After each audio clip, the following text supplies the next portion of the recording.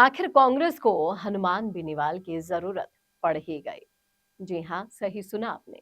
मैं ऐसा किस लिए कह रही हूँ, क्या है पूरा मामला, सब कुछ आपको डिटेल में समझाऊंगी इस वीडियो में, इसलिए बने रहेगा आखिर तक हमारे साथ। नमस्कार, मैं हूँ चेतना शर्मा। आप देखना शुरू कर चुके हैं संवाद भारत का, भारत के लिए।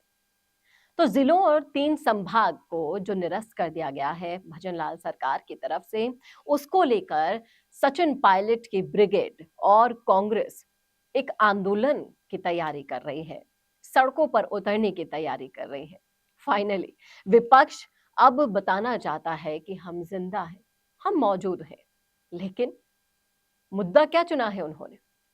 मुद्दा जो आम लोगों के लिए, विकास के लिए कहीं मायने ही नहीं रखता, कोई फर्क ही नहीं पड़ता। आप समझिए इस बात को कि संभाग को खत्म करने के नाम पर, जिलों को खत्म करने के नाम पर जो आंदोलन कांग्रेस करना चाह रही है, उससे आम लोगों का क्या फायदा है? उनके विकास का क्या मुद्दा जुड़ा हुआ है इनसे, जो वो सड़कों पर उतरने की तैयारी कर रहे हैं? और इसमें भी वो चाहते हैं कि क्षेत्रीय पार्टियों को इन्वॉल्व किया जाए। हनुमान बेनीवाल के आरएलपी की पार्टी का साथ लेना चाहते हैं। आप सभी को पता है कि सीकर को बंद किया जा रहा है। डोटासरा ने आह्वान किया है कि अगर जिलों पे जो फैसला हुआ है, संभागों पे जो फैसला हुआ है, वो वापस नहीं लिया तो ईंट से ईंट बजा देंगे। डोटासरा साहब, ईंट से ईंट बजानी है तो मुद्दे भी ऐसे चुनिए जिस पे आप सरकार को घेर सके ढंग से।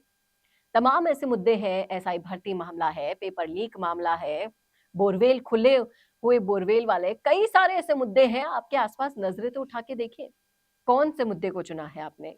1 साल पूरा बीत जाने के बाद आप एक मुद्दा उठाते हैं जो राजस्थान से बाहर का होता है।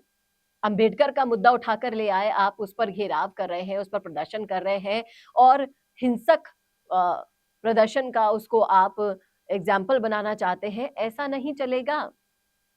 अगर आप विपक्ष हैं तो आपको जनता के मुद्दे चुनने होंगे, जनता जिनसे जूझ रही है उन मुद्दों को चुनना होगा और फिर आपको आगे कार्यवाही करनी होगी।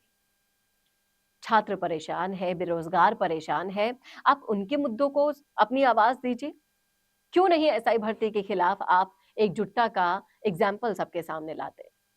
क्यों विपक्ष की भूमिका सिर्फ और सिर्फ सरकार में रहते हुए किरोड़ीलाल मीणा को निभानी पड़ रही है? तो तमाम ऐसे सारे सवाल हैं जो जनता के मन में है, जहन में है और इस प्लेटफॉर्म के जरिए हम भी आपके सामने लेकर आए हैं कि इन मुद्दों पर अगर आप सरकार को घेरेंगे तो ज्यादा फायदा होगा आपको।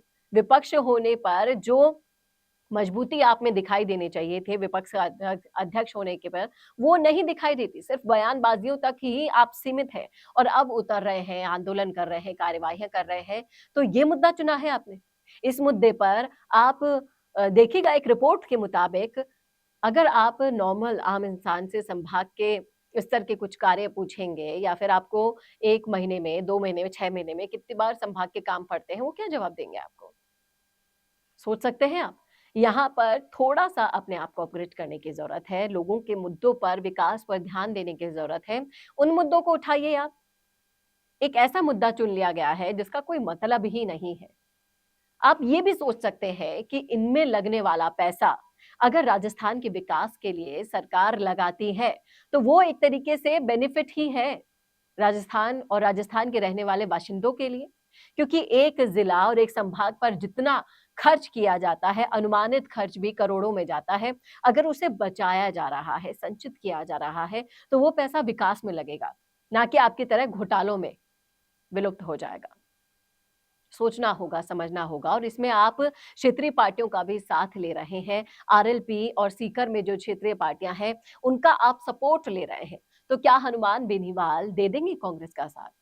सिर्फ गोविंद सिंह डोटासरा की वजह से ही हनुमान बेनीवाल ने हमेशा से कांग्रेस से दूरी बनाए रखी, क्योंकि गोविंद सिंह डोटासरा का एक वीडियो सोशल मीडिया पर मैंने देखा, उसमें समझ में भी आ रहा था कि ये कभी भी किसी भी वक्त किसी के भी मुंह पर आप बेइज्जती कर सकते हैं, फिर चाहे से आपके पार्टी में बैठे बीजेपी को छोड़कर आए हुए लोग ही क्यों ना हो। राहुल कस्वा जैसे लोग उस बैठक में बैठे थे और आप सरेआम कह रहे हैं कि आप पहले तो हमसे जुदा थे, हमसे दूसरी विचार रखते थे, लेकिन अब हमारी पार्टी में मिल गए हैं, हमारे साथी हो गए हैं। तो सोचना होगा, समझना होगा कि आपसे आपकी पार्टी में आया क्यों? जब कोई नेता अपनी पार्टी दूसरी छोड़ता है, आपकी पार्टी में आता है, तो आपके विचारों से प्रभावित होकर कुछ वादे आपने उनको किए होंगे, उनसे प्रभावित होकर आया जाता है।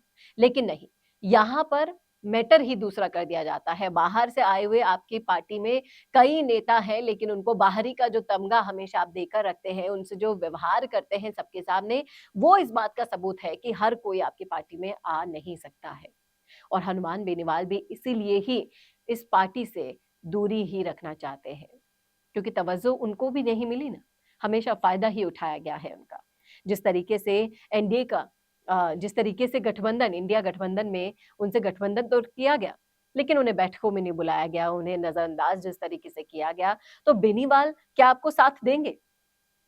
ये एक बहुत बड़ा सवाल यहाँ खड़ा होता है और इस सवाल का जवाब तो खुद बेनीवाल ही देंगे, आने वाला समय देगा। लेकिन आप ज़रूर बताइएगा कि क्या ये आंदोलन करना सही है? इस मुद्दे पर आंदोलन करना सही है? और अगर हाँ, तो क्या बेनीवाल डोटासरा की पार्टी का साथ देंगे और क्यों देंगे? इसका जवाब मैं जानना चाहूँगी आपसे। आपकी राय भी हमारे लिए बहुत मैटर रखती है, इसलिए लिखिएगा ज़रूर कमेंट बॉक्स में। कैसा लगा वीडियो बताना ना भूलिएगा और ऐसे ही और वीडियोज़ के लिए देखते रहिए संवाद भारत के लिए। नमस्कार। बोरिंग वीडियोस को नेक्स्ट लेवल पे ले जाना चाहते हो, लेकिन कैसे? कंफ्यूज मत हो। MIMS presenting certificate course in video editing. यहाँ सीखो प्रो एडिटिंग के सब सीक्रेट्स, ट्रांजैक्शन से लेकर इफेक्ट्स तक। चाहे YouTube वीडियोस हो या Instagram रील्स, इस कोर्स के बाद तुम्हारे वीडियोस बनेंगे टोटल शो स्टॉपर। इंडस्ट्री के एक्सपर्ट से ट्रेनिंग लो, अपने एडिटिंग स्किल्स को सुपरचार्ज करो और अपना कंटेंट गेम बढ़ाओ। तो अभी एनरोल करो certificate course in video editing में और बनो वीडियो की एडिटिंग मास्टर।